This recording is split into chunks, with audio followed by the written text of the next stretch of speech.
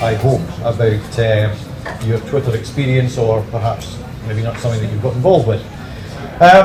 Just before I kick off this afternoon, I just want to warn you of something. I do cricket umpiring as part of my spare time. I love it. I've loved cricket for many, many years. I've played cricket for about 35 years, and all that time I've never been injured, never been hit, never been anything. Last night I was umpiring up here in Perth. I was hit square on the head by a batsman, played a beautiful shot, square on the head, a little bit nasty. So if I start talking about the economic climate of Angola, you know, I'll be in the wrong place. So just sort of give me a hands up. Who are we, first of all? Just to introduce, some of you I know in the audience, some of you I don't know, but my name is Graham.innes, and with Helen Warburton and Claire Smith, we run Creation Social Media training company based here in Perth, although we travel extensively throughout Scotland, working with businesses and organisations and talking about and developing their knowledge and awareness of how social media can help them in their business. One of the subjects that often comes around and is debated long and hard is the subject of the little blue bird, Twitter. Because Twitter has this Marmite effect. People love it or they hate it. It tends to be one or the other. Alright? So, before I kick off any further, who in the room uses Twitter? Show of hands. Yeah, 1, 2. Ailish, what's that? Occasionally, okay. So who uses... Say again?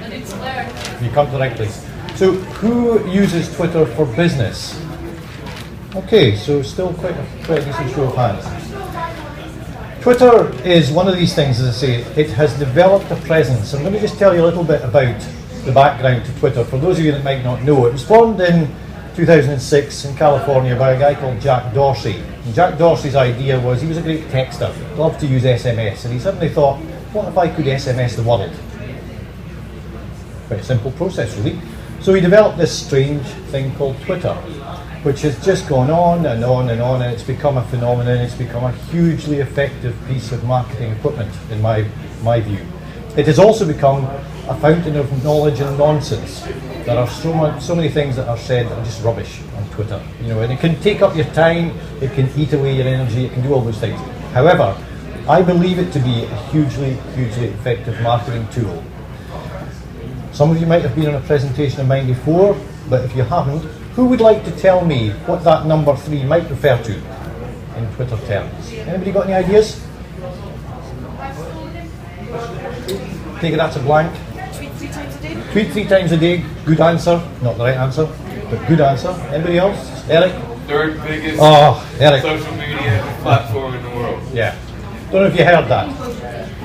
It's not the third biggest social media platform in the world. Eric, you're close. It is the third largest search engine in the world. Alright? Which is the largest search engine? Google. Which is the second largest? YouTube. Alright? Twitter is the third largest. When was the last time any of you who used Twitter for business in this room went to search Twitter? Hands up. Alright? So give me an example. What was the last thing you searched for? It was a competitor. Didn't hear, sorry. Sorry, it was one of my competitors. Competitor, absolutely. Scott?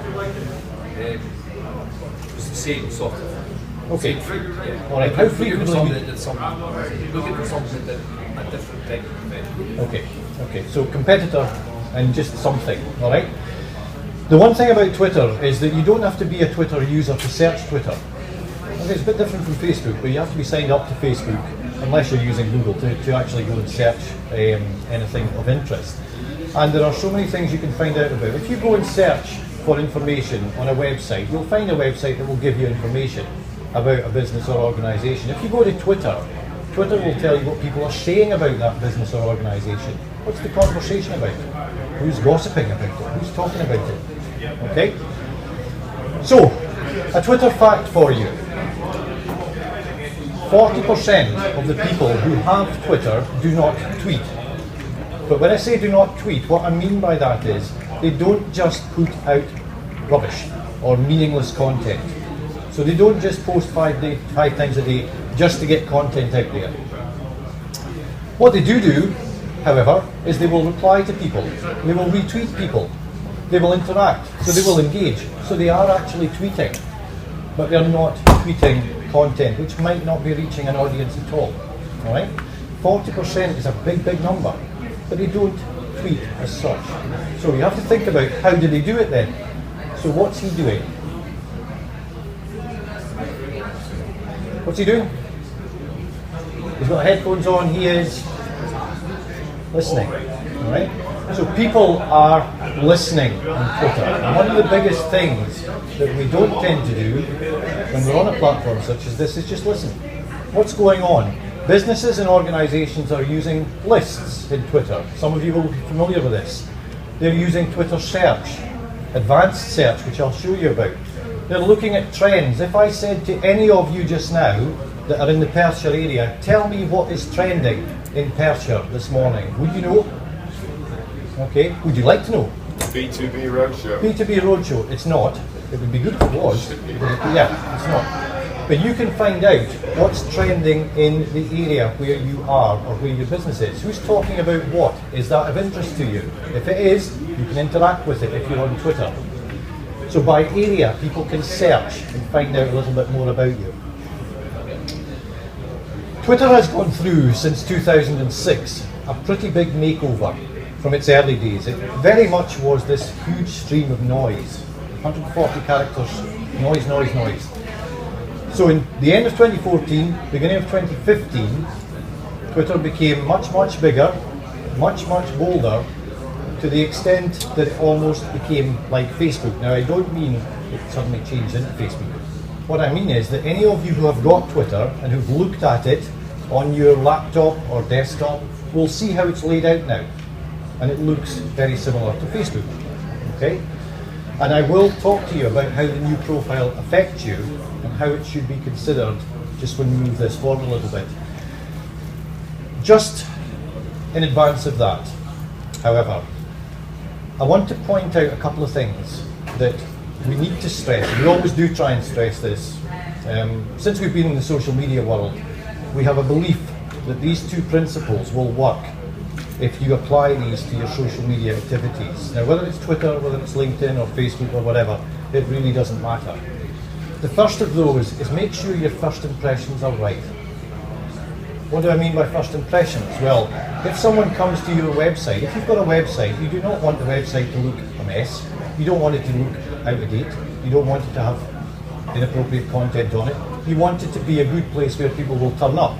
If you ran a shop, you wouldn't leave your shop front unattended. You wouldn't leave that first impression for someone that's unattended. The first impressions of your Twitter profile should be optimized. They should be nice and neat. But the second thing, and the most important thing with social media, is engagement. And it's the biggest problem that businesses and organizations experience, because when you set up on social media, you do get an initial boost. People will come and they'll like your page and follow you and do all these things. Then that initial spurt drops off a little bit, and then it's a bit of a chore sometimes, all right? Because we forget that we do have to engage with people. And this listening concept on Twitter does allow you to engage. It allows you to speak. People like to be listened to and talked to, all right? So get the first impressions right and the engagement right, regardless of which platform you're using, and that makes a big, big difference. All right. This is an example of how our Twitter profile looks on a desktop or laptop at the moment. So, again, going back to what I said about Facebook, you will see the similarities in as much as we've got this big, big cover image and we've got a profile picture. So that's very similar to Facebook. This image is very, very big. If any of you would like to take the numbers, it's 1500 by 500 pixels. It's a big image that you have to put in there. What we are finding is that some businesses and organizations have not changed their Twitter profile picture since the new profiles went up. So therefore, what you've got up here is a picture that's hugely pixelated and looks not very nice at all. So you might want to revisit how your Twitter profile looks, just to see if it gives a good first impression. The second thing, which I keep coming back to, regardless of which platforms we're talking about, is your profile picture. Now, the profile picture is slightly different in as much as you should be looking to change and freshen up the cover image of both Facebook and Twitter. That should happen quite regularly, maybe with the seasons, all right? The profile picture, however, shouldn't change. That should be your identity. That should be the thing that people get to know you by. So in other words, when it's going down the news streams, when it's going down the various news feeds that are in social media, people should recognise it. There are still a lot of profiles out there which have got writing on them. They've kind of been squashed up a bit. They're very, very busy. So if your profile picture looks a little bit too busy, maybe go and have a look at it and see, does it match what I want? Do businesses and organisations, do people recognise me from the logo that's out there? Think of the Nike tick. The Nike tick, you don't have to think. You know, there are brands that you will just not have to think about. The other thing, for those of you who have Twitter, how many characters do you get to describe your business on Twitter? 160, okay? All of you out there who've got a Twitter account, make sure that you use that 160 characters, not 90, not 120, not 150, not 155, 160. Why? Because Twitter looks to that biography to find out in the Twitter searches which words you put in there. Keywords. Make sure you've got some keywords in there. Keywords relevant to your business. Freshen it up. Change it. Keywords will change. But use the 160 characters. There are so many profiles out there that have only got 3-4 words in them. You're wasting an opportunity. That's the bottom line there. So, just to take this on a little bit, I mentioned that Twitter has gone through a fairly big facelift in particularly the last couple of years, in as much as it used to be this enormous barrage of noise that just used to hit you with characters. Now, Twitter is very much image-based, and you should think about that. If you're using Twitter for business, how am I using images in Twitter for business? Am I using images in Twitter, and am I using them effectively? Because if you look at a page or looking at your Twitter profile, and this is just our Twitter profile, just gone down a little bit from the cover image, what you'll see just below your descriptor is a gallery. And this is a gallery of photos and images that you've put up with tweets, if you've been doing it, since the time that you've had your Twitter account. You'll see there we've got over 1,000 photos and videos in there, because you can do video on Twitter now. I'll come on to that. If, for example, someone happened to think, I'm going to this Twitter account, well look, there's 6 nice photos, I wonder what else there is. They can click into the photo gallery, they could go back a year, they find a lovely picture, they click on it and they find the tweet relevant to that image. So although they might have missed it first up, they can still get to it by looking back in the gallery. So it's quite useful to know that that's there. What's also very, very useful now to know is that with a post on Twitter, with your 140 characters, I'll give you a clue. How many images per tweet can you put out? Mike, you're looking puzzled. I've given you a clue. 4. Alright. Who in the room has posted 4 images with 1 tweet recently? No. Alright. Why would you want to post 4 images with 1 tweet? Well, it's a great way to get additional images into your gallery and also just showcase what you're doing a little bit more than just 1 image. The beauty of doing it is that, as any of you will know who do this, as soon as you put an image out with Twitter, it takes up about 19 characters from your 140 character tweet. So you're left with, let's say, 120. So you lose 20 characters, but you only lose 20 characters once. So the next 3 images you put out doesn't make any difference. And there's something else you can do with these images, which I'll come to in a minute. So not just 1 image with Twitter, 4 images per tweet, or up to 4. So remember that the next time you're thinking of putting stuff out. What also happens is that as soon as you're looking down your profile, down your timeline, your own timeline, it's giving you local trends that you can change. Remember I said at the start, there are trends which are happening locally, things that are being talked about in the local area. Unfortunately, Perth gives us Perth, Australia at the moment. It does give us Glasgow, it does give us Edinburgh, it gives us Dundee, but we can go a little bit further than that. But you do see localised trends as opposed to national trends, which could be useful to you. So here we are. We've got these 4 images. There is still one further nice little add-on that Twitter have introduced just recently with their update, and that is what's known as a pinned tweet, which can be quite useful. Those of you in the audience who've used Facebook for Business before will maybe be familiar with the pinned post. Anybody familiar with the pinned post? Okay. In Facebook for Business, if you have a post that you want to keep at the forefront of your page, you can pin that post to the top of the page for 7 days. Alright? So it's not a paid post, you don't have to pay for it, you can just pin it to the top of your page. So everything else you post out goes underneath it. Twitter have done the same. So if you put a tweet out and you think this is a very important tweet, I want to keep it at the top of my page, then you can pin it. But one thing to bear in mind, this does not drop back off after 7 days. So if this was a special offer that you're only running for 7 days and it's still there 3 weeks later, doesn't look too good. Okay?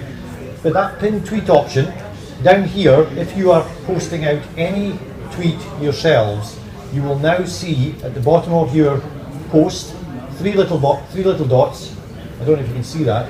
3 little dots. If you click on them, it says pin tweet to top of page. Simple as that. So it's very straightforward. And simply to click on it again, you can unpin it. So that's it. A point of note here, however, is that lots and lots of people are using mobile devices for Twitter usage. So tablets, iPads, iPhones, that sort of thing. At present, you can't pin a tweet from the mobile devices. You can only do it from the desktop and laptop. Right? So if you're going to do it or undo it, make sure you do it from the desktop or laptop. So, just going back to what I said at the start about how businesses are using Twitter effectively and how they are listening as opposed to just doing, posting. What they are doing is they are searching a lot, they are listening a lot, and they are learning from what they're hearing, rather than trying to force their way into the marketplace. If you have a Twitter account, you'll be familiar with this, and this is across all devices. Right at the very top of your Twitter account is a search box. It's a search box into which you can put anything. So you could search for a person who's on Twitter, you could search for an area, search for a name, anything you want. If you click that, or rather put something into that search box, it will then open up a whole raft of additional options for you that you can drill down even further. Now this is if you've got a Twitter account, and I'll show you what happens if you don't. But here we are, we've just gone in and done a quick search for Perthshire, and you'll see here on the left hand side you could go and look for everything about Perthshire. You could even narrow it down to people, photos, videos, news, or the advanced search, which I'm going to show you in just a second. So if you only wanted photos from Perthshire to go and have a look at and possibly retweet or find content, you could just key in photos. You can also opt to have content from everywhere in the whole world or near you. Now, one thing to bear in mind here is that when you set up your Twitter account, those of you that have one, it asks you to put your location in. Unfortunately, when you set up your Twitter account, it defaults to Casablanca. Don't ask me why, it defaults to Casablanca. So it would be a good idea to go in and change that, because otherwise you're going to get people near you in Casablanca on here. Okay? But assuming that you do change it to Perth, you're going to get people round and about Perthshire. Right? So going a little bit further, here we are, we've taken the example just using the same search term, Perthshire, we've gone to photos as a specific rather than everything, and here are photos that have been taken and just posted. Now this was last night, so these photos and images were put out by people yesterday who tweeted and attached these items to them. If I wanted to, I could click on those images, find the tweets that were associated with them, and it could well be that's someone I want to follow or somebody that I might be interested in. So it's a great way of looking for additional content. If you don't have Twitter, so if you're not a Twitter user, going right back to what we said at the outset about Twitter being a search engine in its own right, here we have the advanced search Twitter option, which you will find if you go to search.twitter.com. So any of you that might want to go to Twitter tonight, today, and search on it, search.twitter.com, and it will bring up the search box, which you can then go and search for people or information. You'll see here that you can go as far as putting in an exact phrase, 30 words, criteria, you name it. Furthermore, what's even more interesting is you can choose your location, and in here, this is where you can put in Perth. And assuming you've changed your Twitter details to the location, of course that won't work if you're not on Twitter, but Perth will work here. Alright, Perth, Scotland. Put in Perth, Scotland, you'll get all the tweets relevant to Perth, Scotland. Some of you might have put out a smiley face, colon in a bracket.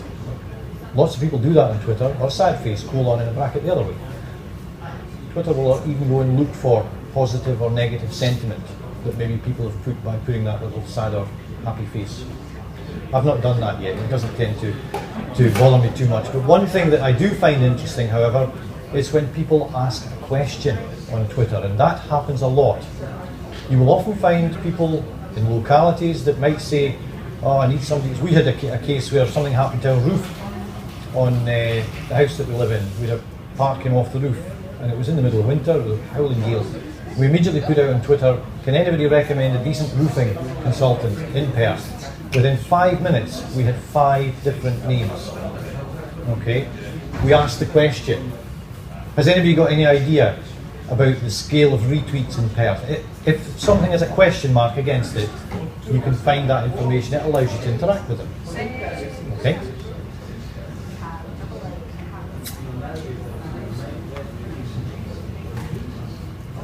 I love lists. I love lists. I'm a list person. I have a particular belief that if you're going to use Twitter as part of your marketing strategy in your business, if you don't use lists, which are in Twitter already, you're making life very difficult for yourselves. Because as soon as you start to follow a few people on Twitter, you start to get their content. And then you get more content. And then you get even more content. Yeah? And if you only go onto Twitter first thing in the morning, and then you can't get on until 12 o'clock, or you can't get on again until 6 o'clock, that content's gone.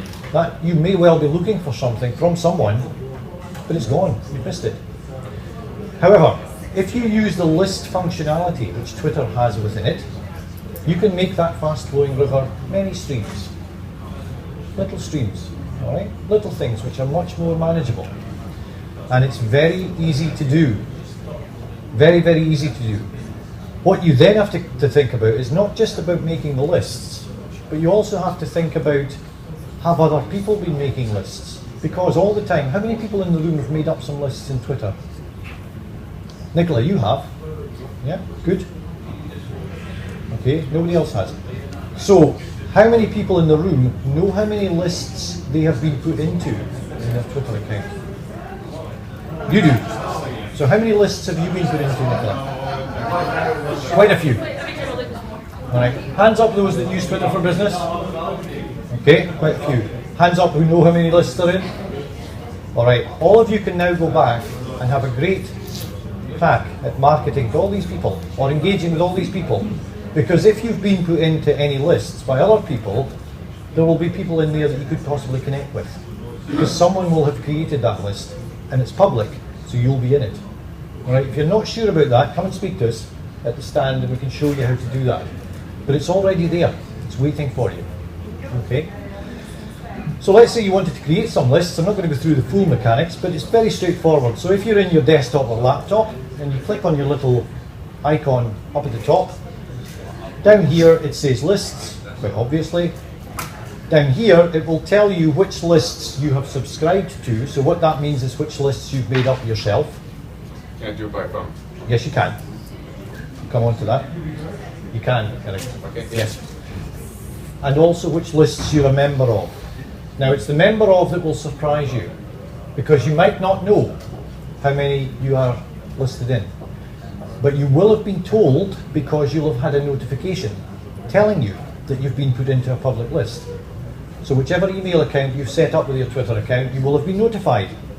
If you've set up to get a ping on your phone, it may have pinged up and said you've been added to a public list, and you've gone, okay, fine, move on.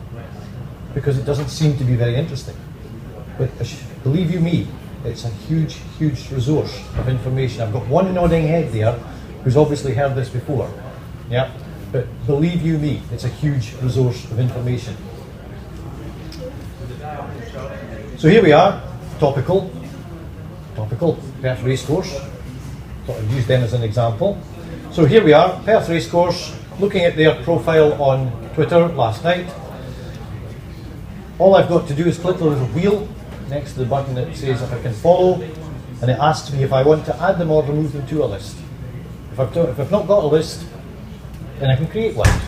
Why might I want to create a list? Anybody get any ideas?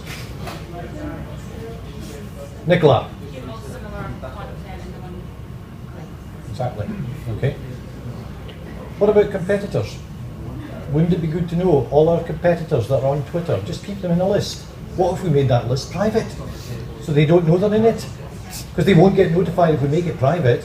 That's clever. What you shouldn't do, however, is make the mistake that someone made, where they put it in a public list, they called the list most wanted prospects for next week, and left it public. That's true. You can imagine.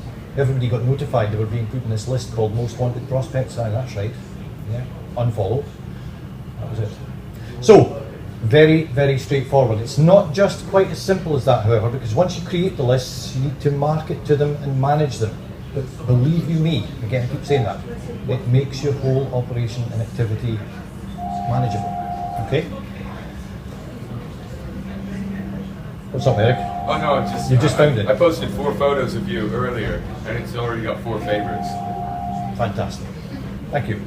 I like this live tweeting. It's good. Feel free to live tweet. It's my first one. I'm really proud. Yeah, it's good. I hope it won't be the last. Right, notifications. This is why, again, when we think about engagement on Twitter, we have to think about how well we are managing our notifications on Twitter. Because if we're not, if we're treating these as a nuisance value, then why are we doing it in the first place? Okay, why are we doing it? Unless we are BBC News or a news information service that are pushing content out all the time, or Traffic Report Scotland pushing that's great, that's information. But if we're a business looking to engage with people, we need to know when they engage with us, so we can engage with them. So when are we notified? We are notified on 6 occasions. These are the 6 occasions. When any of these things happen, you will get an email if your emails have been set up properly. Or you'll get a little blue notification at the top of your page, or your phone will ping if you've set the notifications up. And when any of these things happen, you should look to do something about it. You should thank the people, particularly if they retweet. You should welcome them. Thanks very much for coming and following us. If it's someone you don't want to have followed you and have just done it, you don't have to thank them, you can block them.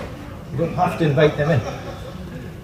If that's not enough, if you really, really want to be focused on someone, you can put a notification on every single time they tweet. I've got people that every single time they tweet out, I get notified about it because I want to know. I want to know when that happens. Some of our most important competitors, I want to know every single time they tweet, so I can see what's going on. But that's a huge, huge value to you to be able to do that and to react to notifications and things like that. I'll keep it to the end, Eric. That's okay. No, I just wanted you to go back one slide with that. I've got to watch the time. So, as I say, using the list functionality and being able to do that and narrow things down makes your whole activity much, much easier. Just to sort of backtrack slightly on the image side, I want to just take you back to talk about these images. That's not all that clear, but have any of you seen that image before? Yes. Yeah? 1 or 2. That was one of the very first images that was put out on Twitter. This aeroplane here crashed in the Hudson River in New York, or wherever it was. But the guy who took this photograph had only been on this wonderful platform he didn't know much about. And he was walking along there thinking, oh, I've got the camera here, I'll take a photograph, it's on Twitter. He took the photograph and sent it out, didn't know what he was doing. And it went viral, or whatever viral was in those days. All right? So suddenly Jack Dorsey, in his wisdom, thought, maybe we can use photos and images and things. That was the thing that developed the idea. They've been around for a long, long time, images on Twitter. It's just they haven't really been put to the forefront of what people are using them for, how people are using them. The biggest problem you will often find with using images on Twitter and on Facebook as well, and other platforms, is that when they go out, the 4 images that you put into your little montage, if you choose to do that, you hope they'll be the right size. Not the heads cut off or the feet cut off. You hope they'll be the right size.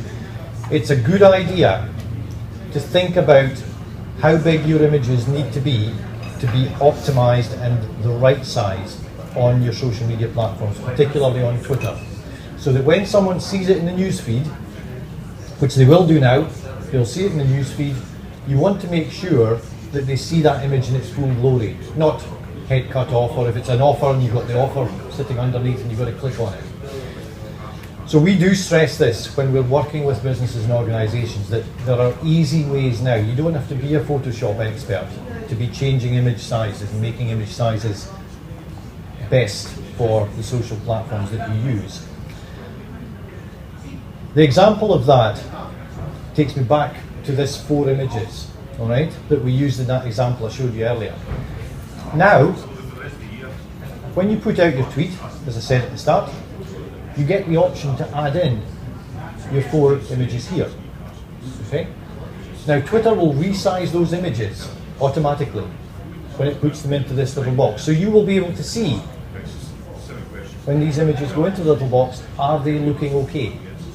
You can probably just about see that. Are they looking okay? If they are, you don't have to resize them. They'll be fine. You might have to think about resizing them, which we'll just talk about in a second.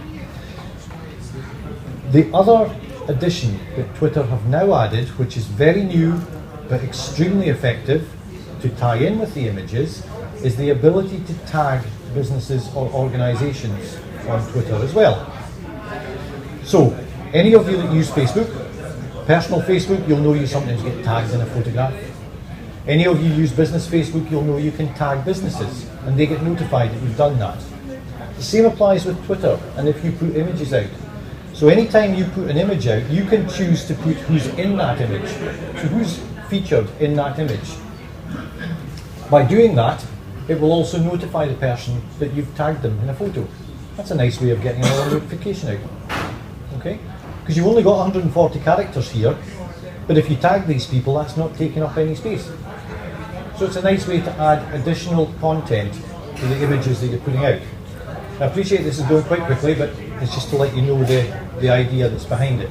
So here, what we did last night was we tagged Perth Racecourse, ourselves, the B2b club, Helen, and Aberdeen Football Club, because we were there a few weeks ago, and one of those images refers to Aberdeen Football Club.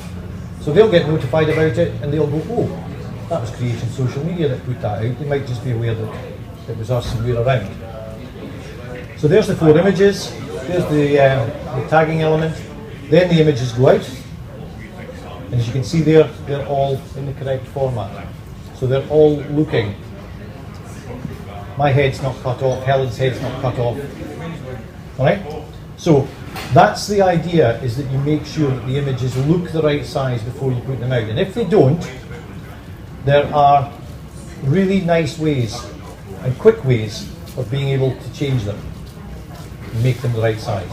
So this is the first of 2 giveaways that I will give you, as I always like to do on these little workshops.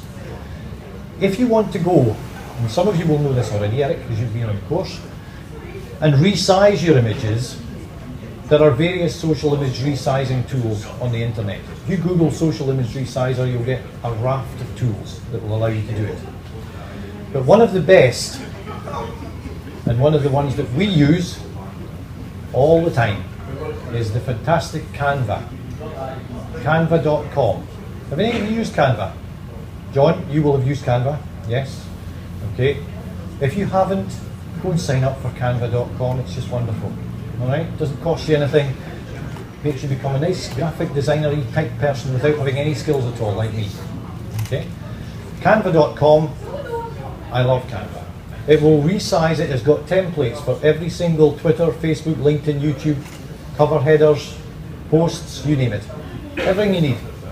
So if your images don't look right, Canva.com. And if that's not enough,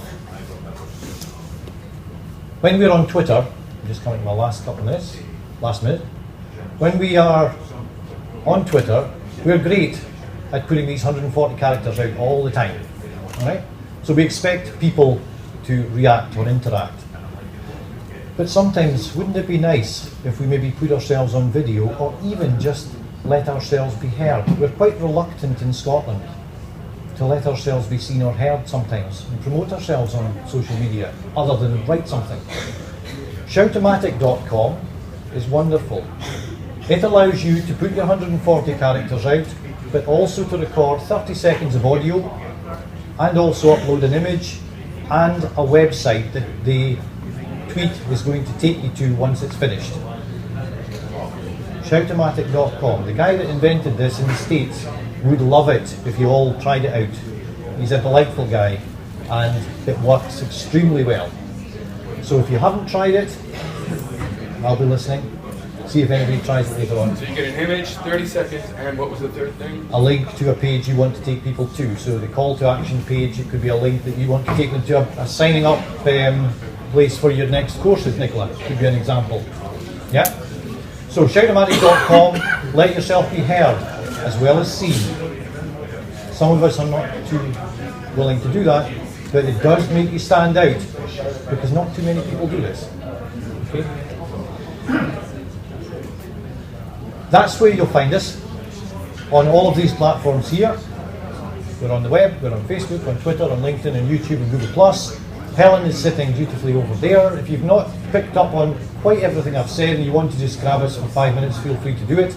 I know that's been very, very quick and there's been a lot of information there to take in. But I wanted to let you see that it's not just about, I spoke to someone this morning and quite rightly they said, I've been told to tweet 5 times a day because I'll reach my audience if I tweet 5 times a day. Alright? Not true. You have to think about what you're going to put out, when you're going to put out, and you have to listen. So maybe just take a slightly different approach to how you might think about Twitter. I'm not suggesting go away and radically change it, but there's a lot in there. If you've chosen to use it, there's a lot in there. Thank you very much for sitting through the afternoon shift. I do appreciate it. I hope you've taken some things from it, and I'll see you soon, no doubt. Thank you.